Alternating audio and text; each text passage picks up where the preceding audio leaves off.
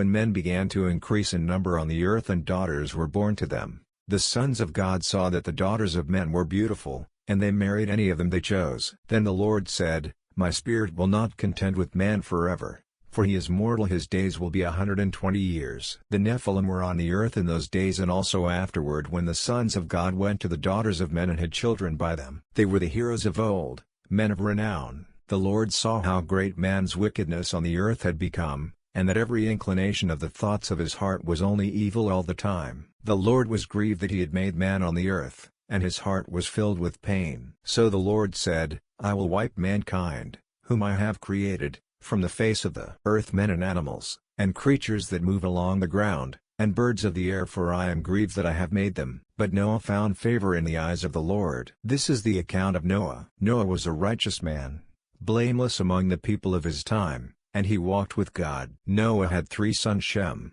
Ham, and Japheth. Now the earth was corrupt in God's sight and was full of violence. God saw how corrupt the earth had become, for all the people on earth had corrupted their ways. So God said to Noah, I am going to put an end to all people, for the earth is filled with violence because of them. I am surely going to destroy both them and the earth. So make yourself an ark of cypress wood, make rooms in it and coat it with pitch inside and out. This is how you are to build it. The ark is to be 450 feet long, 75 feet wide and 45 feet high. Make a roof for it and finish the ark to within 18 inches of the top. Put a door in the side of the ark and make lower, middle and upper decks. I am going to bring floodwaters on the earth to destroy all life under the heavens, every creature that has the breath of life in it. Everything on earth will perish, but I will establish my covenant with you, and you will enter the ark, you and your sons and your wife and your sons' wives with you. You are to bring into the ark 2 of all living creatures, male and female, to keep them alive with you. 2 of every kind of bird, of every kind of animal and of every kind of creature that moves along the ground will come to you to be kept alive. You are to take every kind of food that is to be eaten and store it away as food for you and for them. Noah did everything just as God commanded him. The Lord then said to Noah, Go into the ark, you and your whole family, because I have found you righteous in this generation. Take with you 7 of every kind of clean animal, a male and its mate, and 2 of every kind of unclean animal, a male and its mate, and also 7 of every kind of bird, male and female, to keep their various kinds alive throughout the earth. 7 days from now I will send rain on the earth for 40 days and 40 nights, and I will wipe from the face of the earth every living creature I have made. And Noah did all that the Lord commanded him. Noah was 600 years old when the floodwaters came on the earth. And Noah and his sons and his wife and his sons' wives entered the ark to escape the waters of the flood. Pairs of clean and unclean animals, of birds and of all creatures that move along the ground, male and female, came to Noah and entered the ark, as God had commanded Noah. And after the 7 days the floodwaters came on the earth. In the 600th year of Noah's life, on the 17th day of the 2nd month, on that day, all the springs of the great deep burst forth, and the floodgates of the heavens were opened. And rain fell on the earth 40 days and 40 nights. On that very day Noah and his sons, Shem,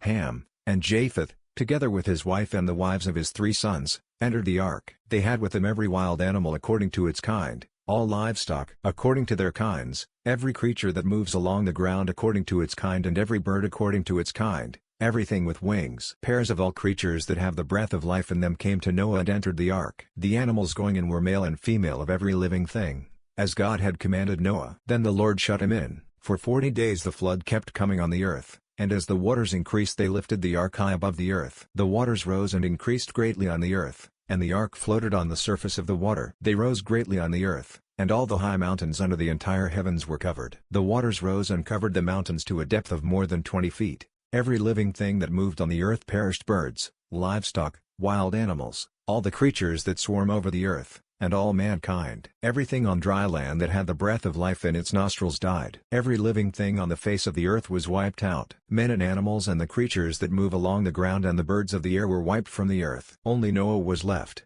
and those with him in the ark. The waters flooded the earth for 150 days.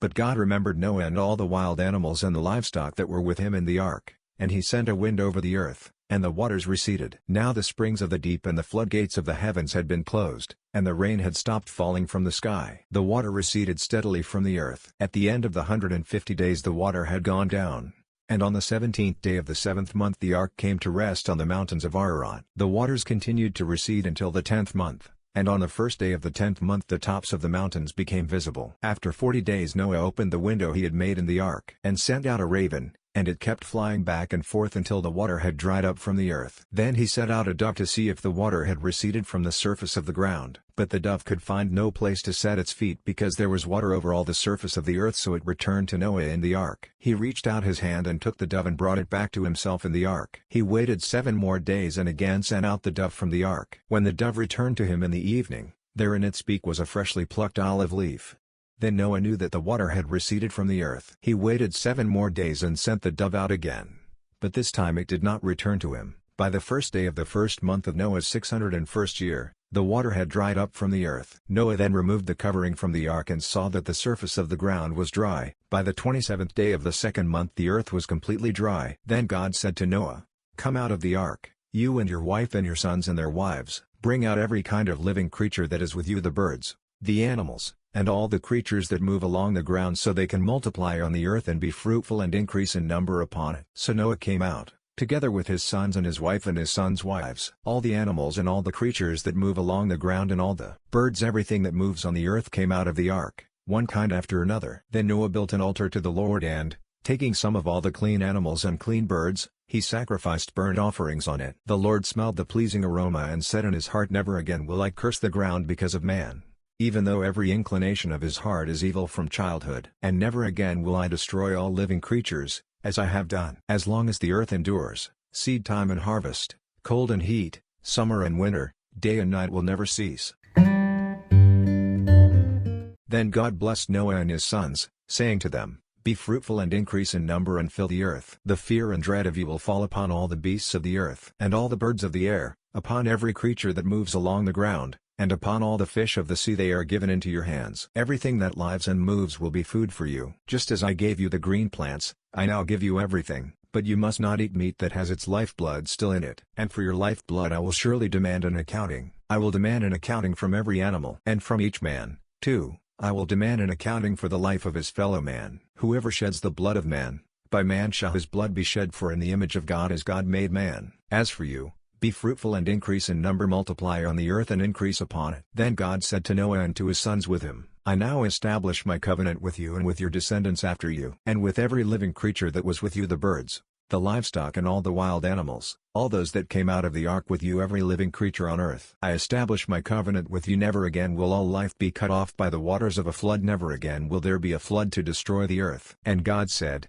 "This is the sign of the covenant I am making between me and you and every living creature with you, a covenant for all generations to come. I have set my rainbow in the clouds, and it will be the sign of the covenant between me and the earth. Whenever I bring clouds over the earth and the rainbow appears in the clouds, I will remember my covenant between me and you and all living creatures of every kind. Never again will the waters become a flood to destroy all life. Whenever the rainbow appears in the clouds, I will see it and remember the everlasting covenant between God and all living creatures of every kind on the earth." So God said to Noah, "This is the sign of the covenant I have established between me and all life on the earth." The sons of Noah who came out of the ark were Shem, Ham, and Japheth. Ham was the father of Canaan. These were the 3 sons of Noah, and from them came the people who were scattered over the earth. Noah, a man of the soil, proceeded to plant a vineyard. When he drank some of its wine, he became drunk and lay uncovered inside his tent. Ham, the father of Canaan, saw his father's nakedness and told his 2 brothers outside. But Shem and Japheth took a garment and laid it across their shoulders. Then they walked in backward and covered their father's nakedness. Their faces were turned the other way so that they would not see their father's nakedness. When Noah awoke from his wine and found out what his youngest son had done to him,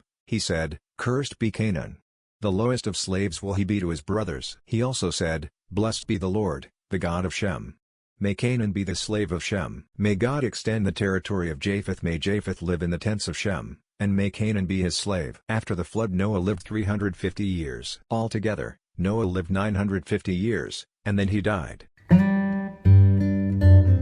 This is the account of Shem, Ham, and Japheth, Noah's sons, who themselves had sons after the flood. The sons of Japheth: Gomer, Magog, Madai, Javan, Tubal, Meshech, and Tyrus. The sons of Gomer: Ashkenaz, Riphath, and Togarmah. The sons of Javan: Elisha, Tarshish, the Kittim and the Rodanim. From these the maritime people spread out into their territories by their clans within their nations, each with its own language. The sons of Ham: Cush, Mizraim, Put, and Canaan. The sons of Cush: Seba, Havilah, Sabta, Raamah, and Sapteca. The sons of Ra, Sheba and Dedan. Cush was the father of Nimrod, who grew to be a mighty warrior on the earth. He was a mighty hunter before the Lord, that is why it is said, like Nimrod, a mighty hunter before the Lord. The first centers of his kingdom were Babylon, Erech, Akkad, and Calneh, in Shinar. From that land he went to Assyria, where he built Nineveh, Rehoboth-ir, Calah, and Rezin, which is between Nineveh and Calah, that is the great city. Mizraim was the father of the Ludites,